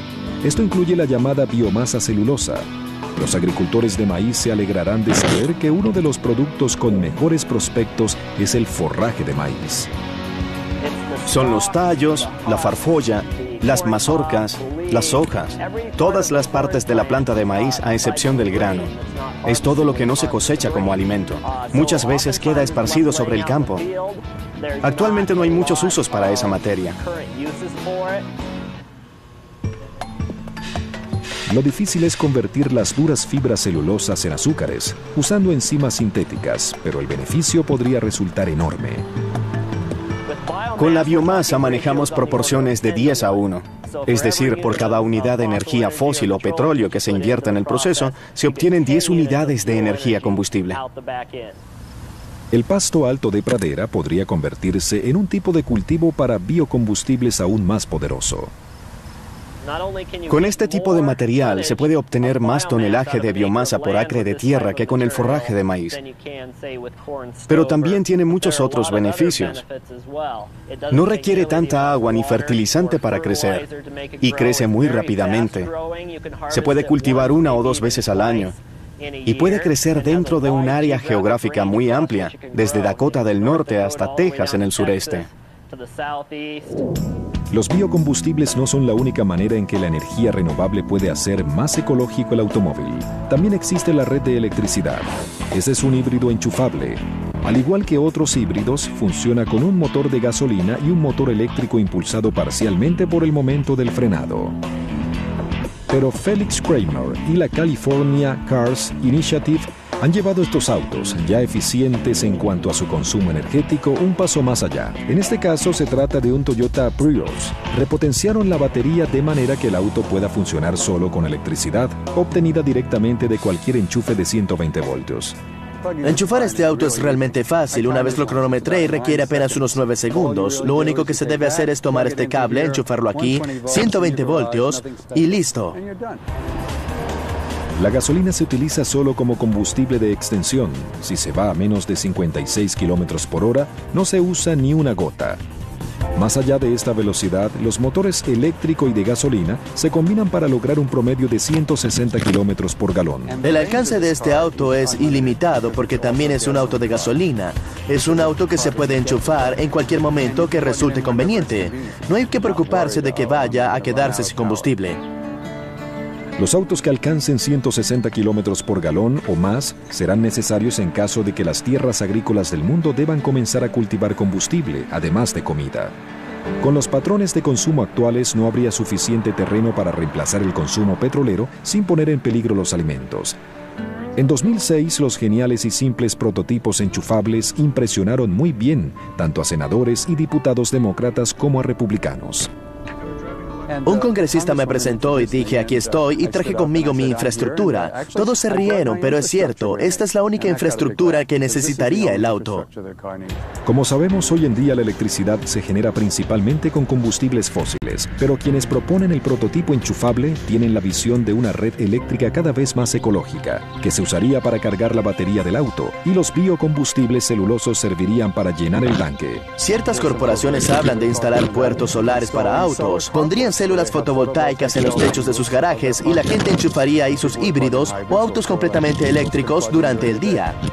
Mientras que los biocombustibles y los híbridos enchufables ganan terreno, una nueva ola tecnológica de energía renovable entra con la marea.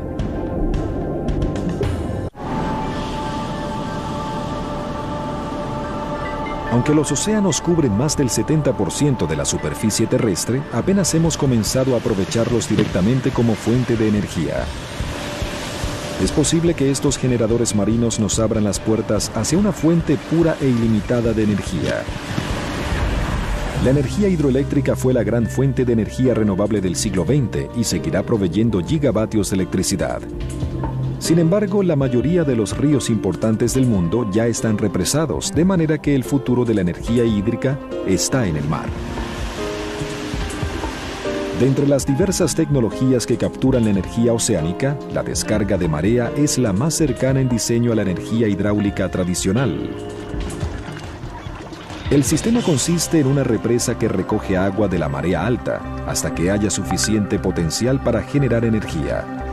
Luego, el agua sale a presión a través de unas turbinas cuando hay marea baja.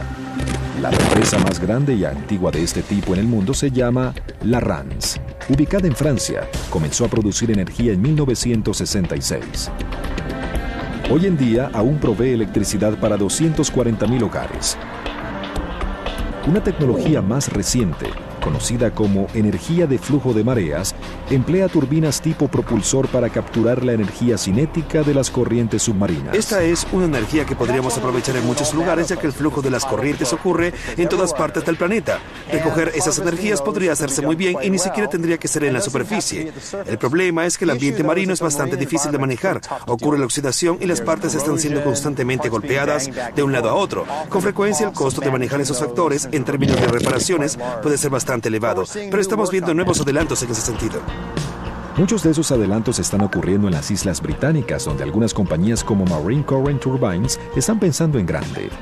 Hunden inmensos pilares en el suelo marino y dejan que las turbinas cumplan su función.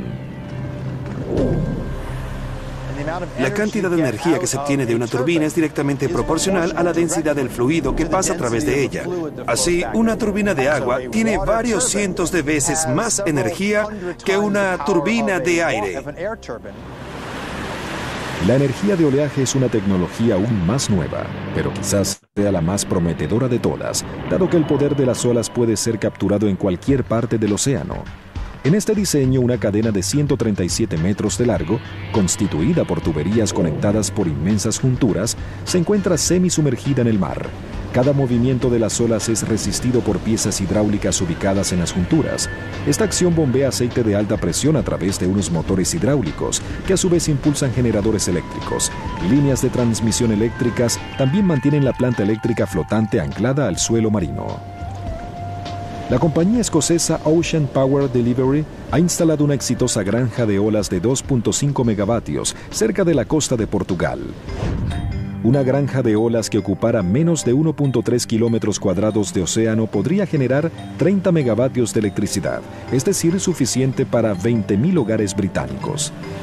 Con 1.222 kilómetros cuadrados de océano, se podría proveer electricidad a los 24 millones y medio de hogares del Reino Unido. Cada región de la Tierra tiene sus propios recursos renovables, desde el vasto potencial eólico de Dakota del Norte hasta la enorme cantidad de energía solar que hay en el Sahara. Si los unimos todos, una cosa queda clara: la energía renovable ofrece una solución global a los problemas globales. Tenemos el potencial de pensar en revertir la situación, pasar de ser una economía impulsada por los combustibles fósiles con pequeños usos de energía renovable a ser una economía impulsada por la energía renovable con los combustibles fósiles solo de relleno. Es un mundo que hace apenas 1 o 2 décadas nadie creía posible. La tecnología funciona, pero un futuro renovable requiere también de cierta voluntad política y de una nueva manera de pensar en la que una granja cultiva el viento. Una cosecha genera combustible y un techo puede convertirse en una planta eléctrica.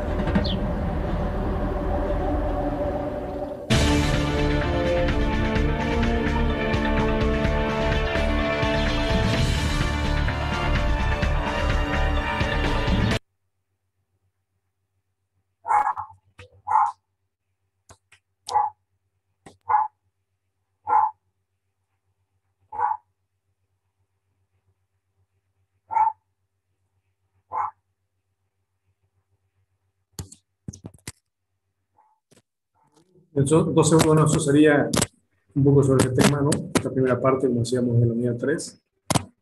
Y bueno, ahí vemos, ¿no?, que también tenemos las soluciones, ¿no?, presentes. Es decir, no hay que inventar nada nuevo, solamente implementarlas, ¿no? Bien, no sé si hay alguna pregunta entonces para ir cerrando por hoy día. Ya he visto que han colocado la asistencia en el chat. Muy interesante el video, ingeniero. Que ha sido de buen provecho. Y bueno, entonces hay que pensar en lo local, ¿no? ¿Qué proyectos se pueden hacer?